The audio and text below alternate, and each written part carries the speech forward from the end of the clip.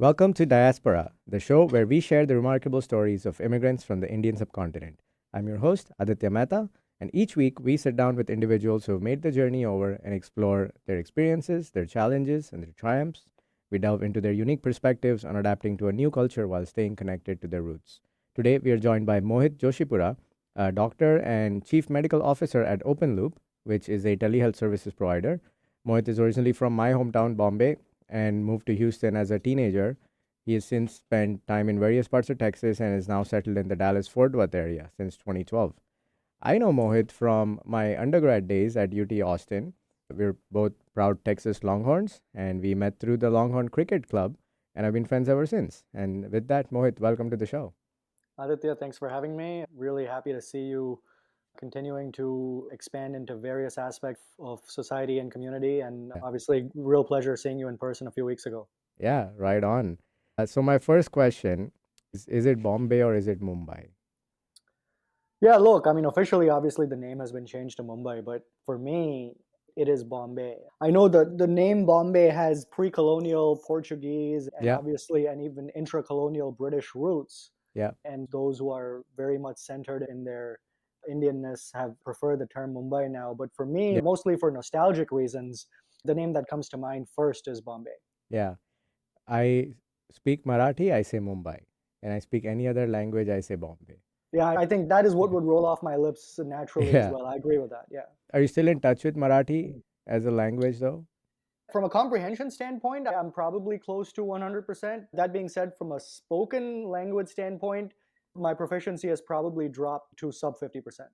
Yeah. So my Marathi was getting rusty, and then we moved to Seattle, and our neighbors, I like to say they are photo negative because they are Marathis from Gujarat, and we are Gujaratis from Maharashtra. Oh, So he wow. speaks Gujarati with a Baroda accent, and I speak Gujarati with a Saurashtra slash Bombay accent. Wow, So that's his, fascinating. yeah, so his family has kind of kept my Marathi fresh in that sense.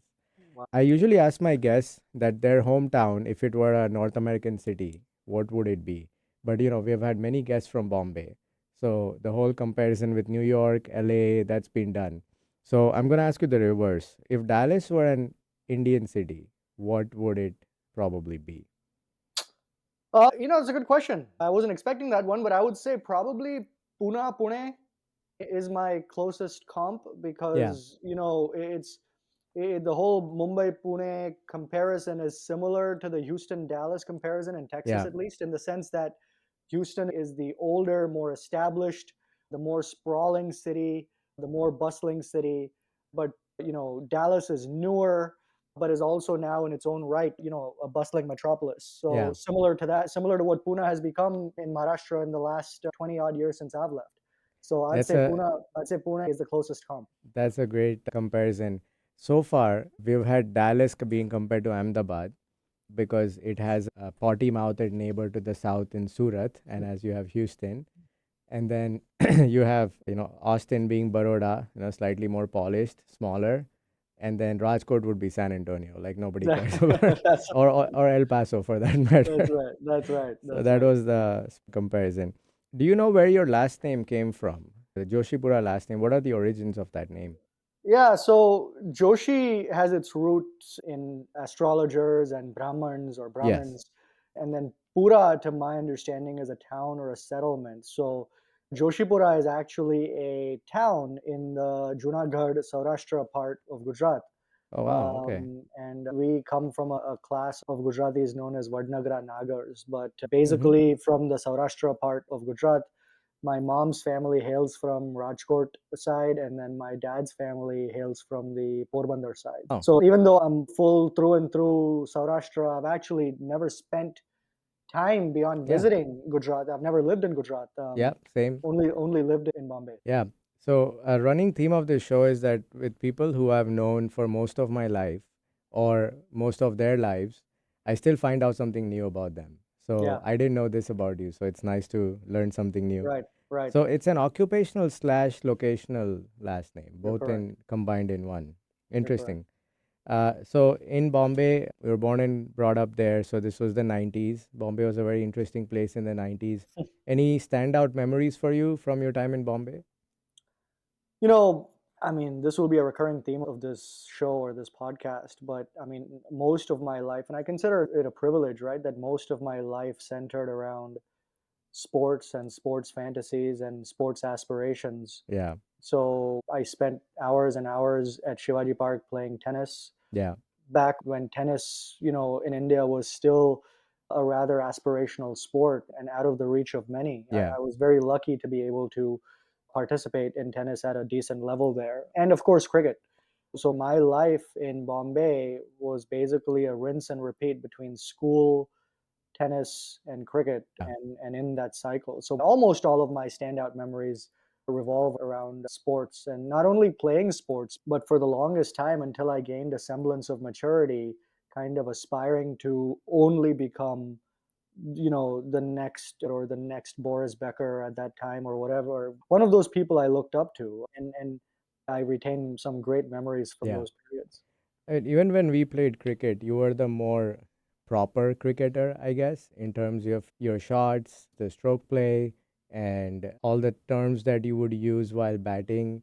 I distinctly remember all of those. So we were like the gully cricket offshoots, and you were like the proper, Lord's cricket ground kind of Yeah, guy. I mean, I appreciate that, but the reality of that situation is that I was probably behind the times even then. Forget now in terms of the style of play. Yeah, Even then, things had started to evolve away from, that's people, yeah, from test cricket into more white ball cricket. And now I mean, even though test cricket has kind of retained its rightful place in the cricketing ecosystem, yeah, from a watchability standpoint, people mostly care about white ball cricket. yeah. What prompted the move to the States? Yeah, I've talked a lot about this with my family, and when we moved, I was 14. My older brother was 24, 23, 24. He's 9.5 years my senior. And my dad was about 52, mom was about 48. So quite late, if I may say so, in their journeys, and quite unusual for people to move to the United States in their 50s and late 40s. Yeah, And so the only reason it happened is really twofold. And this is serendipity in many ways. My Masi, my mother's younger sister, who had been residing in Pennsylvania since the 1970s, had filed for a green card for us, early many years ago. yeah. And it got processed in the late 90s, early 2000s, Mm, at around the same time when my father, who had one job, literally one job for his entire career, I should say at one company, he was with Siemens, the German multinational, first in India, then in Germany, then in India again, and then finally was offered a transfer to the US. And that transfer offer and the processing of the green card happened at the same time. mm, Otherwise, my family had really no intentions to move. But because those two things right. happened, and being this proverbial land of opportunity, my parents took a risk to kind of relocate at that age, mostly for us. And we feel very fortunate to have lived the life we've lived ever since. Yeah, this family sponsored green card, at least in Seattle, isn't much of a thing. Like, you don't see Indian or South Asian families that have been here for 40 years. I have several relatives as far west as Chicago and Texas who have this path.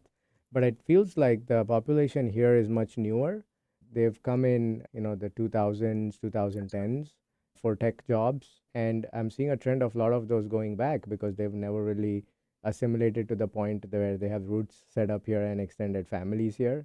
Right. And as India grows and salaries grow, their logic is, life there isn't bad if you're making You're absolutely right. 100,000 US. And probably the assimilation is limited to a Costco membership, right? So Right. it's much easier for them to just move back.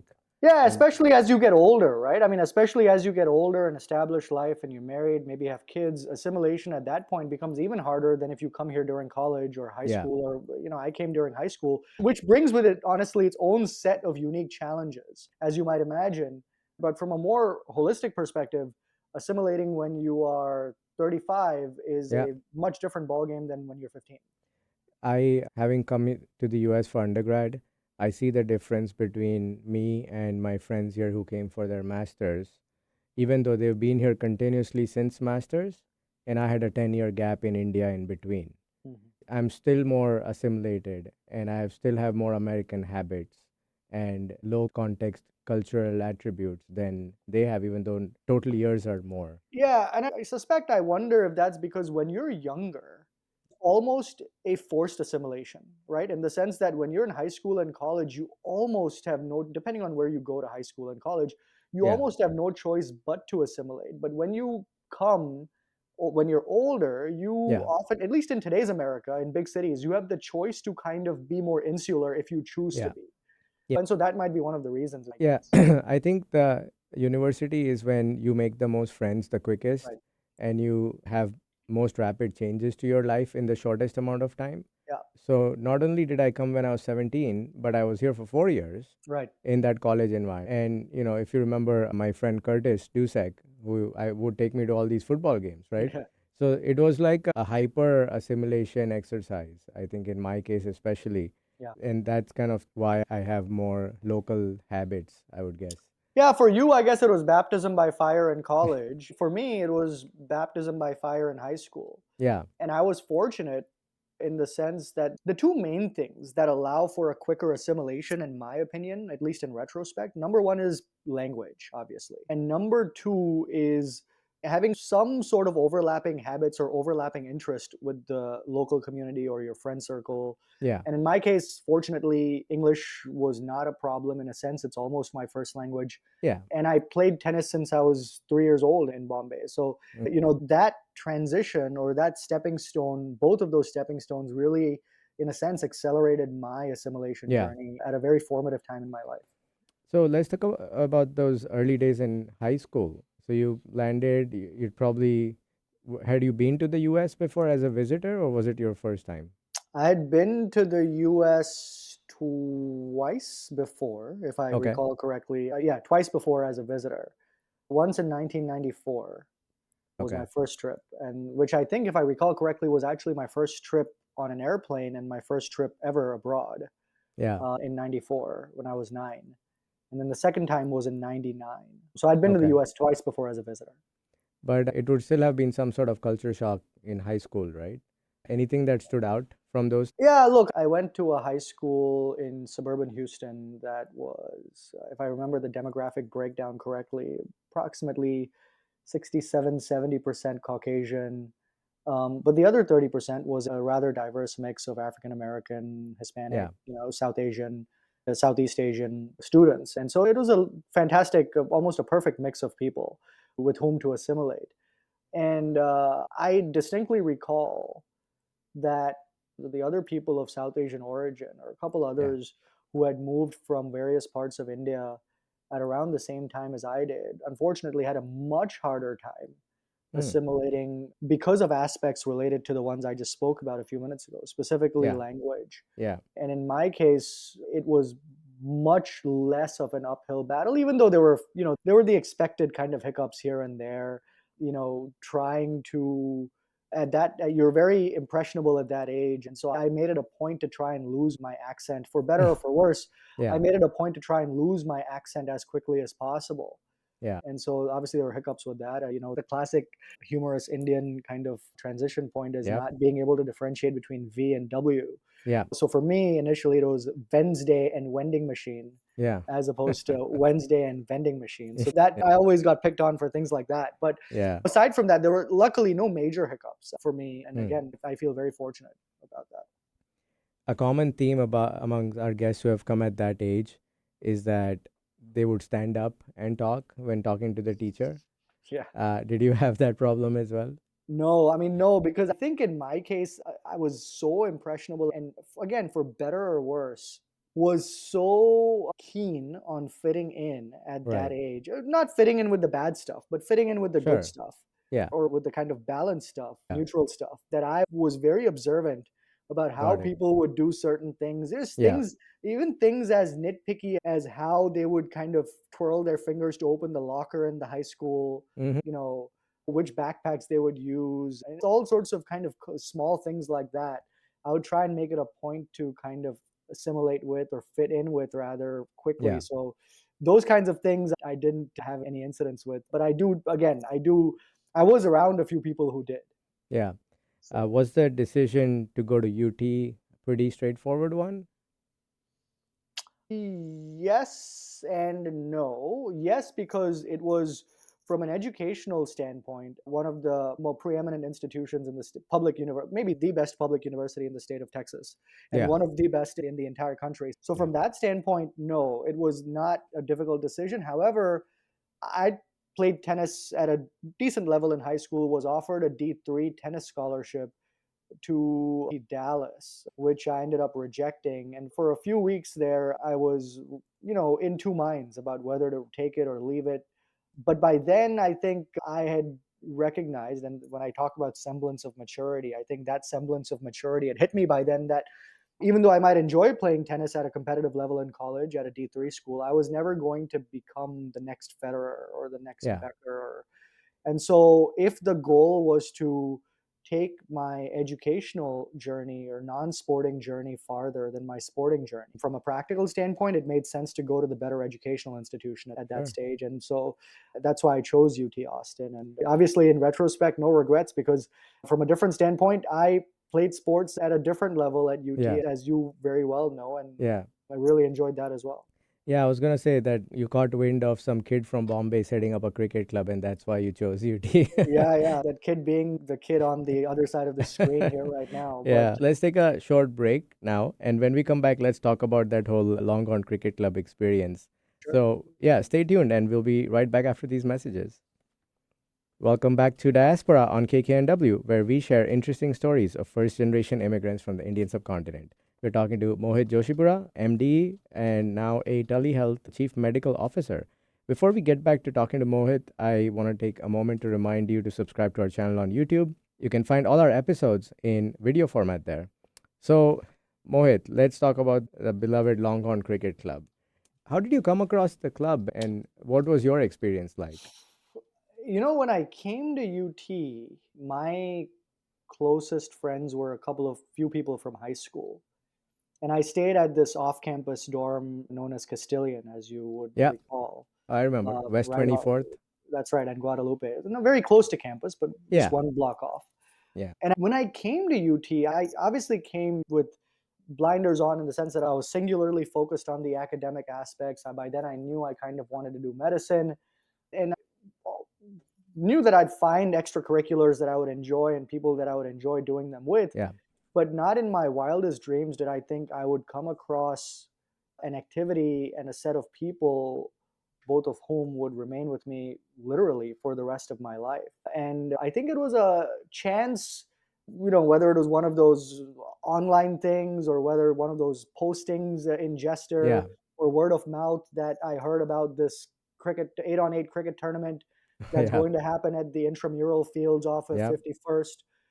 I didn't yeah, have a team. I think I just showed up, may have become part of a random team. yeah. And if I recall correctly, the opposing team was the team that you had organized Mm, in the very foundational years of LCC. At that yeah, time, I didn't even know if there was an LCC. yeah, But some of the folks we know very well, like you and Janesh and Rohan, and all these people were part of that team. And I right. happened to play against you guys. And then after that game, I think you and I spoke in detail about our background, our common Yeah, kind of or common origins in yeah, Bombay, some of the common people we knew in Bombay. yeah, So I think that's where we struck a chord, struck a friendship. And also, I learned about your plans to kind of take this whole thing one step further. yeah. So, Rest is history. so to pause there, I routinely come across local Americans here who are amazed that in a country of billion people, when two Indians meet here, they find somebody in common in India, when they may not even know anyone from their high school in Seattle. Why do you think that's the case? I think at its core, it's because of who we are as a people. We tend to gravitate a lot toward social interactions and maintaining social interactions and cultural interactions. No matter what background we come from, no matter what religion or anything like that we Yeah, come from, we tend to put a lot of prominence and a lot of importance on those aspects. And I think that is at the core of that kind of uncanny streak with Indians and South Asians in general, yeah, which is we'll always find the least common denominator or some sort of common yeah, thread that exists between two people almost as a way to break the ice. Yeah, as a way to break the ice, definitely. I was walking down Speedway once and I saw someone who lived in my building in Bombay. And our friend Curtis was just amazed. He was Yeah, like, how is that even possible in a right. city of 25 million? I'm like, no, but it's many cities of 1,000 people each, That's right? exactly right. Yeah. So going back to LCC, I realized that I did a lot of smart business decision making without knowing I was doing it at LCC. So, what you would call word of mouth marketing or what you would call audience personas and, having targeted segments. If you look back, we had something for every type of cricket fan. So we had match screenings, we had the volleyball gully cricket tournament, we had a tape tennis tournament, we had a league games, we had, and if you didn't know, we had cricket coaching. So we were offering something for everybody, and without really explicitly knowing what that was or what impact that would have. Right, And I think when I graduated, we were probably one of the largest recreational clubs at UT in terms of membership, and right, probably the biggest university cricket club in the US, right. going by the sheer numbers. So it was definitely a fond period of my life, and I think because I was 1 to 2 years ahead of all of you guys, I didn't. My friendships weren't as cemented as you all are between all of you. But selectively, I've managed to keep in touch with a lot of the Yeah, but I people. mean, it's one of those things, Aditya, where you establish something and you establish a foundation and you move on without fully even knowing the impact that foundation has had on other people. And in this case, I mean, for me, personally speaking, and I suspect if you spoke to any of our other common friends, some of them might say the same thing. Those memories and those years and those friendships have been foundational Yeah, to our growth as people for now, with 2008 to now, was 17, 18 years down the road. yeah, So I mean, I don't think even you would have imagined, I mean, when you no, established LCC, it was probably not with the intent of having people, maybe you had the vision of popularizing the game and familiarizing people to the game and yeah, establishing a mini community. yeah, That's understandable and common. But I don't think yeah. you would have even imagined that, 15, 20 people would become lifelong friends through this endeavor. No, I went to the Indian Cultural Association when I was new, and I said, "Hey, I have this experience of organizing, college competitions, inter-college stuff, and I'd love to volunteer." And I kind of got shooed away, saying, "This is America. This is not India. Things are done differently here." So I said, to kind of heck with it, I'm just gonna start my own organization. And there was already the Indian Student Association, so there was not really room for one more unless I went niche. Right, And I said, if I'm going niche, then it has to be as broad and niche as possible. And so I said, why not move away from the cultural aspect mhm, altogether and look at cricket? yeah, And that's how it was formed. And the first year or two, we helped all the other associations with their cricket tournaments for free. We didn't take any of the share of revenues or anything. Learned the whole thing, and then when we put on our tournament, it was much better organized. It was much more right, professional, and by the time I think I graduated, everybody else's tournaments had been decimated right, because ours right, was just that good. So definitely not any kind of grand vision per se, but just a genuine love of cricket as a sport. And I've always been a super connector for the rest of my life after that, be it in my business school, be it in Vancouver. I built a new immigrant platform which has about 7,000 members at its peak. So I've always enjoyed being the guy who brings everyone together and not necessarily being the leader. Like I had no leadership skills to be captain of the cricket team, but I became one by accident and that showed. But the goal has always been to bring people together and see what comes out of that exponential network. Yeah, and I think you would remember that it's not only people like you and me who gravitated toward the club, and not just the sporting aspect of the club, but Yeah. also the cultural and social aspect of the club. But there were people who had zero familiarity with cricket, Yeah. who were born and raised in the US, Indian, and if I recall correctly, some non-Indians Yeah. as well. We had a Trinidadian team that participated regularly. Right. And so that shows you that the connection aspect went well beyond a pure love of the game, you Sure. know. Yeah.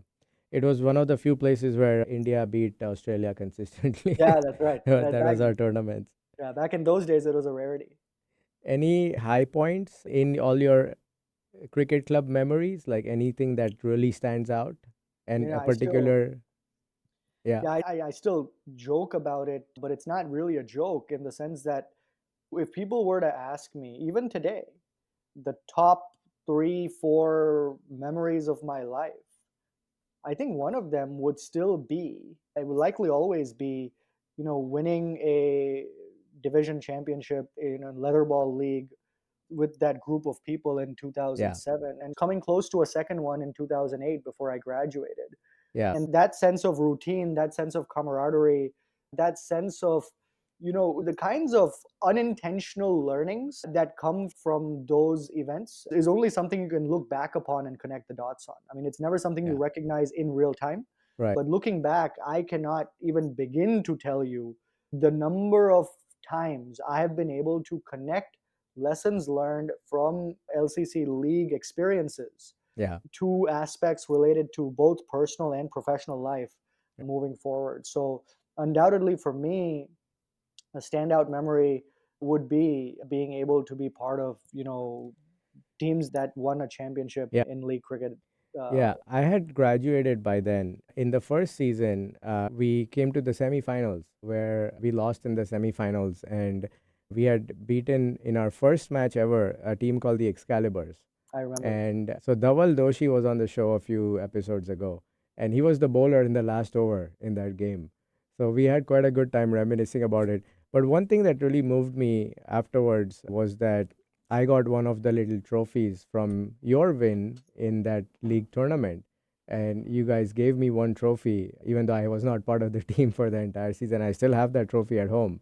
So that was definitely a special moment lived through your Yeah, memories in that sense. vicariously. Yeah, of course. I mean, I distinctly remember multiple people by then, appreciating the kind of foundation you had laid so that dozens of people, probably hundreds of people after you, and really not only after you, after us, Yeah, were able to participate at a decently competitive level in league cricket in the Central Texas region. I was So in Austin in 2013 in late August, early September, and I saw a Longhorn Cricket Club table at the West Mall. And the sheer pleasure I took out of going up there and being like, hey guys, I was the one who started this. And this banner, I ordered this banner with my own money. They're still using that old banner. that's unreal. That's unreal. So it was, 5 years after I'd graduated, but it was a very special memory attached to LCC for sure. So after LCC, after UT, what drove your decisions towards medicine and the traitor you became by going to Texas Tech? Yeah, I What? distinctly remember I was applying to med school Yeah, and I was kind of on my own, maybe with Maharshi Patel, who maybe, if I recall correctly, Maharshi Patel was doing medicine, was applying for medicine, and he was my batch, as opposed to people like Janesh and Rohan, who were a batch junior to me, yeah, if I recall correctly.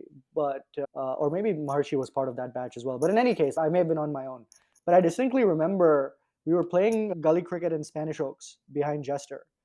And in medicine, in medical school, they have what's known as match the match, which means you find out through an online system based on some very complex algorithms if you are going to be accepted to one of the Texas schools, and if so, which one.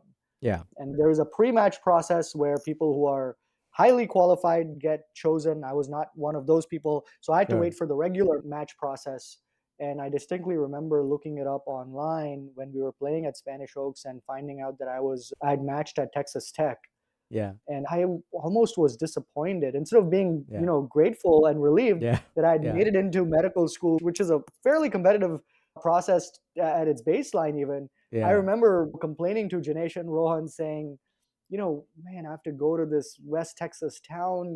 Who knows what exists there, what doesn't exist there after an experience at a place, a cosmopolitan, multicultural yeah, haven like Austin.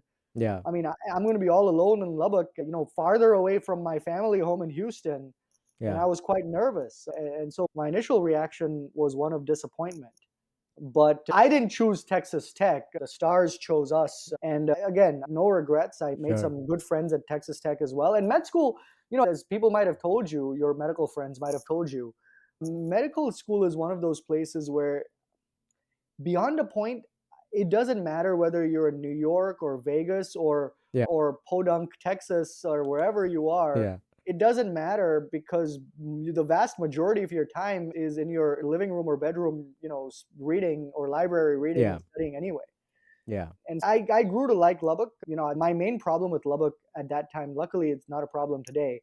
My main gripe with Lubbock for all 4 years of med school was that it did not have a Chipotle. It only had a Freebirds. Yeah. And Which after is not the same. and you would know the amount Yeah. of time and money we have spent on that Chipotle on Guadalupe Yep. next to the co-op. Yeah. My goodness, I really missed it for those 4 years. Yeah. So that was my main problem. Clearly a very first world Yeah. problem, but that was Yeah. my main problem with Lubbock. So when I went to the London Business School, there was a Chipotle right next door. And for a moment, my wife Prachi actually thought I take academic decisions based on proximity to a Chipotle. And I mean, there's been one around me wherever I go. So what do I do? Right. But this college rivalry, right? It really stays with you, even if you don't know how to play football. You're not much into it. I was walking downtown Hong Kong, like the central district of Hong Kong, with my wife. This is probably 2013, 14 ish, and I see someone with a Texas A&M lanyard, and I happen to be wearing my burnt orange Bevo T-shirt. And the smack talk I gave that guy, poor guy, he was just minding his own business, standing on a street, having a smoke or whatever. And my wife was like, wow, that was vicious. And I'm like, no, but he understands why I did it. So that just kind of stays with you no matter where you go. And a common theme of this show also is, I've had people from Ohio State and Right. Michigan, Right. and I talk smack to everybody on Right. all of these shows as much as I would to a Chennai Super Kings fan. Right, of So, course. Yeah, one thing that is a small regret of mine is that I went to probably one of the most fun and celebratory college football environments in yeah, America. But for all 4 of those years, yeah, I had this preconceived notion, which has completely changed since then, about American football. In my mind, I was like, this is all brawn and no brain. yeah, You have to be 6'6" and 300 pounds to play this. And these are all robots that are controlled by people on the sideline. And it's useless. I have no interest in it. There's a ton of money going into the sport. yeah, It's basically funding the entire institution. And I had all these preconceived notions about American football. And I regret that I never really enjoyed, to the extent that I should have, yeah, the college football environment and culture of UT Austin. And only after I left and yeah, I roomed with a die-hard football fan in med school during my first yeah, year did I truly come to understand the nuances of the sport. And once I was one of those people, as you know, that once I get into something, I get into it at an academic level almost. yeah, And so once I got into that sport, I became a big fan. Obviously, by then I was in med school, so I kind of enjoyed the Texas Tech UT rivalry at that time. sure, And now I'm a big football fan, a little bit yeah, more NFL than college, but I still sure, follow both very closely. yeah, One of the small regrets I have till date is that I never enjoyed UT Austin Longhorn football when I was a Longhorn myself. yeah. I mean, now you would have to buy the regular passes and not the student That's right. passes, That's but right. thankfully you can still enjoy it. I'm That's planning to right. take my son to Austin for a football game next year when he's almost 7 and a bit older. So, on that note, let's take a break. And when we come back, we will talk to Mohit about his transition from medicine to telehealth and what he's doing now and what advice he has for someone moving to the States today. So, stay tuned and we'll be right back after these messages. Welcome back to Diaspora on KKNW, where we share interesting stories of first generation immigrants from South Asia. We're talking to Mohit Joshipura. He's a telehealth senior executive and fellow sports fanatic, and my dear friend from UT. So, before we jump back into the conversation, if you like listening to our show, please consider following us on Instagram or leaving us a 5-star review wherever you listen to your podcast. So, Mohit, after you completed your residency, you were working as a practicing doctor. What prompted a move out of that a few years later? I went to a residency, UT Southwestern Parkland Hospital in Dallas, that was known to churn out people who were highly specialized in cardiology or critical care or GI, Yeah. whatever it might be. And I was one of the few who purposely chose to not specialize. And I think I did that for two main reasons. One is I kind of enjoyed in medicine the idea of knowing something about everything as opposed to knowing everything about something, Sure. which Theme of my life, but yeah, yeah. right, which is a little bit uncommon Yeah. and in a world that is becoming more or had was starting to become more and more specialized. And the second reason was that I knew that I would likely end up taking the path less traveled in medicine. And I would not end up becoming a career practicing physician.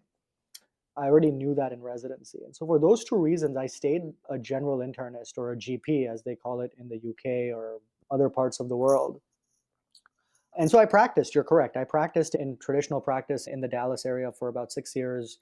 I held a panel of 2,000 plus patients across that time frame, but then made a pivot into digital health. And I did it for, again, because I wanted to have a more macro impact on healthcare, take a more unique lens to healthcare delivery and healthcare operations. And it ended up being a fortuitous time to make that pivot because when I made the pivot, it was in early mid 2020 is when I first started, envisioning it. And that was the time when COVID was Yeah. about to hit American shores. Mm-hmm. Nothing good about that time in America, obviously, or the world. Yeah. But for me personally, that was a silver lining for making that move because it was a time Mm. when telehealth and digital health as an industry completely entered its boom phase or bubble phase. And so that kind of gave me a tailwind to kind of really propel myself into that field of medicine. And, fortunately, I've for a while I was always asked, I still am asked, do you miss seeing patients all day, every day? Initially, it felt weird to say no. I almost felt embarrassed or ashamed a little bit to say no because, what kind of doctor are you if seeing patients is not your first love, professional love? Yeah. But in my case, I've come to embrace the fact that I like to be in an industry that allows me to keep one foot firmly planted in clinical aspects of healthcare, but Mm-hmm. then expand my horizons into other aspects of healthcare, such as digital delivery, strategy and operations, leadership, things of that nature. So for the last 6 odd years across three different startups, all at different stages in their life cycle, all the way from Series A companies to companies that went IPO, I've learned a lot, and I've been now at my current company for the last 3 years, scaling that digital health business.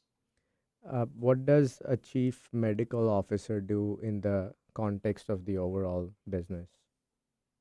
Mainly overseeing all things clinical. Now, what that could mean or what that does mean is ensuring basically my role sits at the intersection of three different, sides of the triangle.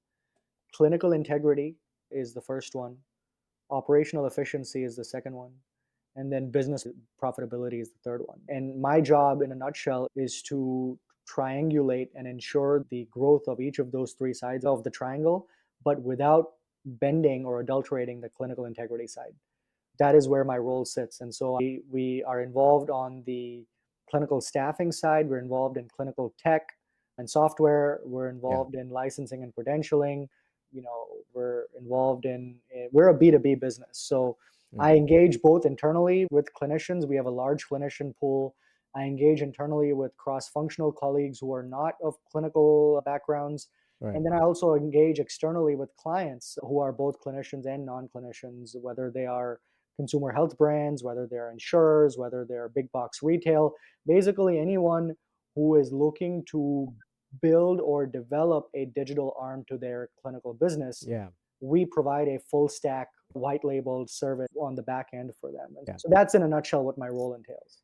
So for the layperson, if I have a doctor who I'm going to do a virtual visit with, the website that I log into, which has the Zoom-esque screen where my doctor comes in and it's encrypted, secure space, that's kind of part of the infrastructure that you would provide. Clinic. That's part of the infrastructure that would be embedded into that overall experience Right. for that client. Yes. Yeah. Interesting. Apart from the point you mentioned about impact at scale, what is it that you love the most about what you do? Doctors have this reputation of being, again, very insulated in their understanding of the world. Yeah. And I don't blame many of them because the nature of their educational and professional journey demands that they take a very singular, hyper focused approach to their craft. But in my case, as I said again earlier, I wanted to expand my horizons beyond clinical practice. Yeah. And roles like this, I still write clinical protocols, I still provide clinical guidance to the entire pool. I'm still discussing clinical aspects of programs and processes, both internally and externally at my job. So, as I said, I love the fact that I can keep one foot firmly planted in clinical medicine, even though it's not direct patient care. Yeah. It allows me to use my medical background all day, every day. But at the same time, I've gained a skill set beyond conventional medicine. It's almost a de facto MBA, as I sometimes like to say, Right. in strategy and operations over the last 5+ years. And that's a very unique skill set that I really cherish because I learn something every day on that side of my journey Yeah. from a variety of different people. And Sure. that's the part that continues to drive me and kind of compel me to stay on this side of healthcare. That's great. I was living in Canada before this, and there was a huge shortage of doctors, Yeah. especially given the immigration that they were undertaking. Similar story in the UK. And there are people who are moving to Canada who are doctors in their home country, be it an India or a Syria or a Philippines, but they're not able to practice in Canada because they don't have the credentials and there is no easy process to recertify them. Do you ever see telehealth becoming a solution to that problem where the doctor would actually be in India or one of these places and administer medical advice to a country like Canada? Do you think that's ever a possibility given how acute the shortage of doctors is? Yes and no. And I'm not trying to hedge. There's a reason I say yes and no. Yeah. No, let me start with the no. No, because I don't foresee stringent licensure and educational kind of pedigree, if you want to use that terminology, requirements changing in North Yeah. America. Right. I don't foresee American and Canadian institutions accepting residency qualifications from other parts of the world very commonly. Even today, the FMG or foreign medical graduate journey from these countries that you mentioned into the US is one that is full of roadblocks and difficulties. Yeah. And you have to be at the absolute pinnacle of your educational performance in that home country in order to have a shot at making it at any institution here for residency. So that's why I don't think that aspect will change. However, with the advent of AI and with the advent of clinical technologies requiring a lot of back end clinical services as well, aside Mm. from patient facing front end clinical services, Mm. you will find that a lot of these technologies will adopt physicians or clinicians who have been trained and even reside overseas to kind of develop these software and Mm. technology models. So that's why that is the yes part of my answer. Mm. So I think you will start seeing, you have already started seeing clinicians in India, serving as subject matter experts for AI models or technology models or clinical decision support models that are based in the US Mm. without providing direct patient care, because direct patient care is what requires the licensure. And so, in a sense, yes, you are starting to see more and more of that, but I don't foresee even in the midst of a shortage, I don't foresee licensure aspects loosening for the foreseeable future. Yeah. Oh, that's a great answer, and it certainly makes a lot of sense. I sometimes ask this question, but I think I already know the answer for you. Would you consider moving back to India, and if so, under what circumstances? I mean, I usually am not one to say never. So I wouldn't say never, Yeah. but I would say it's highly unlikely. Only because, to be very honest with you, I mean, mentally and from an approach standpoint, I am probably more American today than I am Yeah. Indian for natural reasons, right? I've now spent 25 of my 40 years in the US, Yeah. two-thirds of Your my life. your family's here. My Uh, family is here, yeah. and most of my extended family is here. Yeah. And there's aspects of my cultural roots that, and linguistic roots, obviously, and culinary roots, and all of those things that reside in India Yeah. and always will. But from a practical aspect, everything, who I am and what I want to continue to become, the more practical roots, family roots and professional roots are in the US. So I don't foresee, unless it is an incredibly compelling personal or professional reason Sure. to move back to India, I don't foresee that happening in my Yeah. case.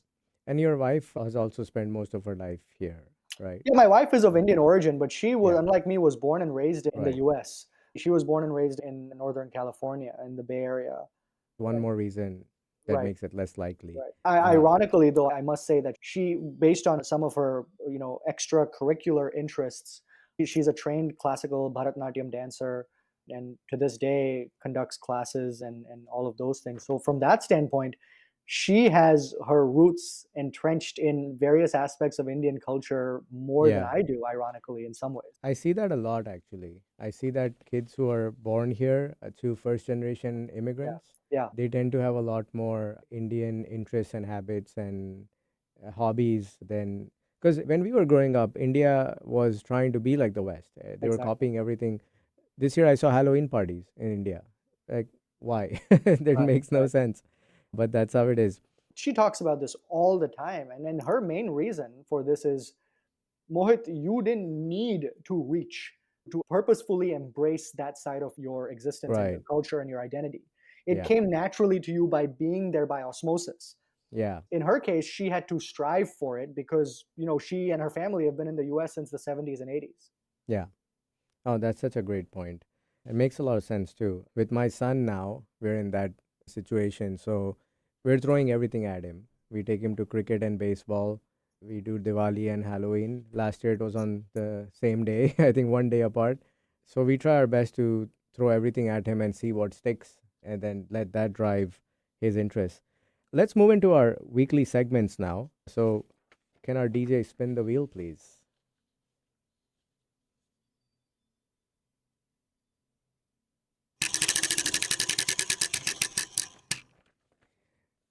Very apt weekly segment for Mohit, and this one is called Howzat.